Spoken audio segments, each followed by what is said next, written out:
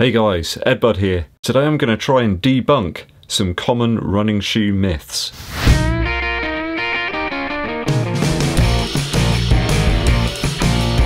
I'm often getting asked loads of questions on the channel where a tiny bit of truth has been kind of twisted and sort of sent off into some other stratosphere, and people are unsure whether these things are true. So I'm going to try and debunk some myths for you today. Could turn into a bit of a series, this one, I suppose. Myth number 1. Did the shoe that Eliud Kipchoge wear to break 2 hours on that Ineos challenge have 3 carbon fibre plates? Now, there's a lot of disinformation surrounding this very issue. I think it comes from a patent prototype that somebody put up, and when Eliud Kipchoge actually unveiled the shoe, everybody was kind of like, whoa, this is, you know, space age stuff. I mean, as it's turned out, it works for some people and not for others. I've got to be honest, I really like the Alphafly shoe, but yeah, this patent image that they put out, or somebody found, showed that the shoe had 3 carbon fibre plates and stacked Zoom AirPods. And that patent prototype image, certainly in terms of the profile, looked very similar to the retail version of the Alphafly that was eventually released. I think the more images that we see of Eliud Kipchoge wearing the shoe on that challenge, it's very clear that it's in fact the same shoe that was released to US Olympic trial athletes in February of 2020, and then further on in that year, the same shoe that's released to retail to customers and consumers. So one of those prototypes did in fact have 3 carbon fibre plates, perhaps not in the same sense that we see full-length carbon fibre plates embedded into the midsole of many shoes these days. The other 2 plates seem to be more for structure,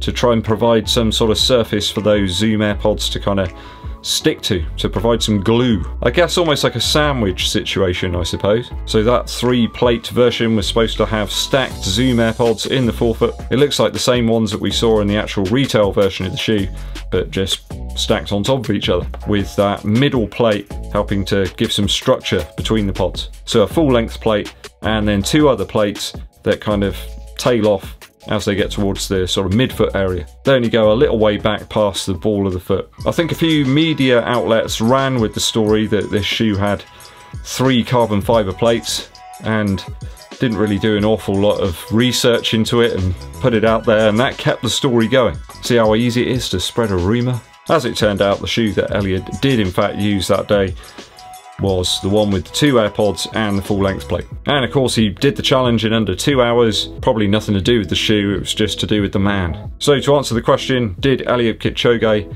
wear a shoe with 3 carbon plates and 4 AirPods to do the Ineos challenge?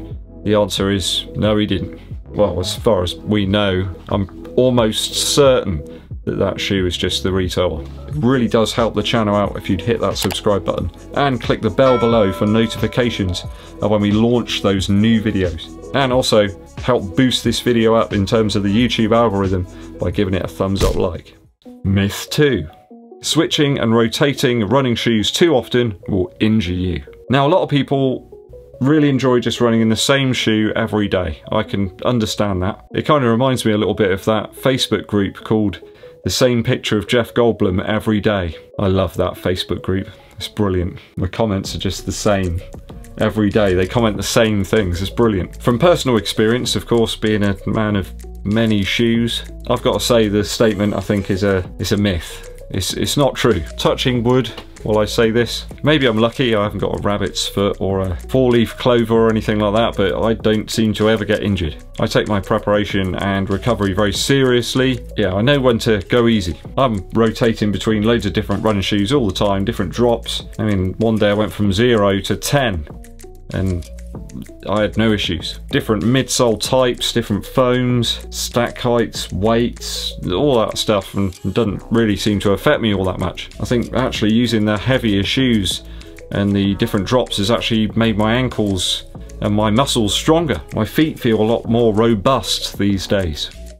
They certainly look a lot more robust, put it that way. I understand some people aren't as lucky as me, they can't switch shoes all the time, and if you're wearing the same shoe every day, well, if it's working for you, then don't change it. You know, if something's working, just don't take it apart and try and figure out why. I know some runners, they find a specific model, it's a good fit, and they just stick with that. and that's cool. In fact, I think rotating your running shoes a little bit can actually extend the life of the midsoles. Just gives your favourite shoes a little bit of time to recover, to sort of decompress a little bit. And of course, over-compressed midsoles that are worn out, they're going to injure you. I would suggest though, try and leave your running shoes in a reasonably stable temperature. There are certain midsole foams that really don't like being left out in the cold.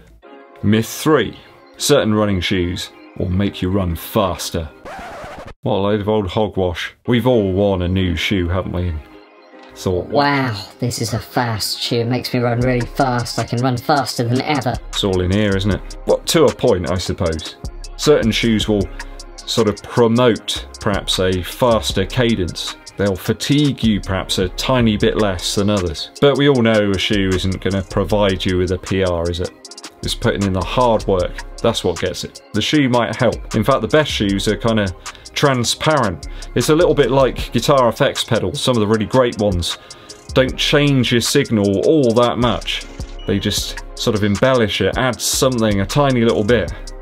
Some may say it's snake oil. I think a specific mixture or concoction of midsole material, carefully placed rubber on the outsole, and a glove-like upper materials. They can certainly help, can't they? They're not going to hinder you when the shoe's just right. Running power comes from our engines, doesn't it? From the strength in the muscles, from the healthy heart, and that lung capacity, of course. Eating well and ensuring your recovery is good. You've prepared yourself, you've planned out the training or the race. I think those factors are vastly more important than a shoe, personally. Though I think you've got to also take into account consistent training as well.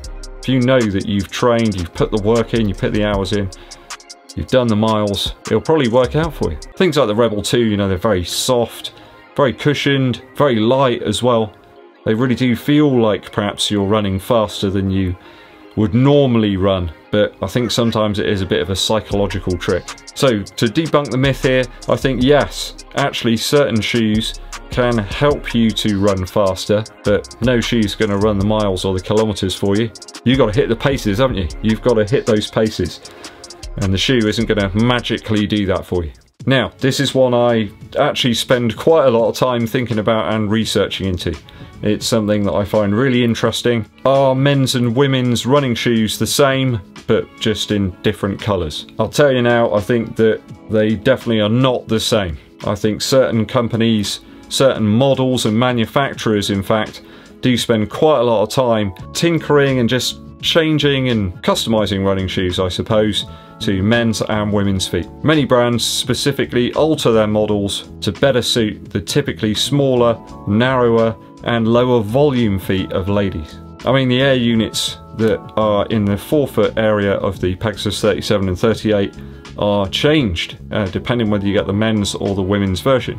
I think the men's one's slightly higher pressure, and that was something that ladies who tried the shoe out had suggested to Nike that they needed to do to make it a more comfortable shoe. I think perhaps sometimes it's not really obvious that there are changes between the models, but I think upper and midsole differences may be very slight, and perhaps it's only us shoe fanciers that really tell the difference. I gotta be honest, I know loads of men that actually buy women's shoes.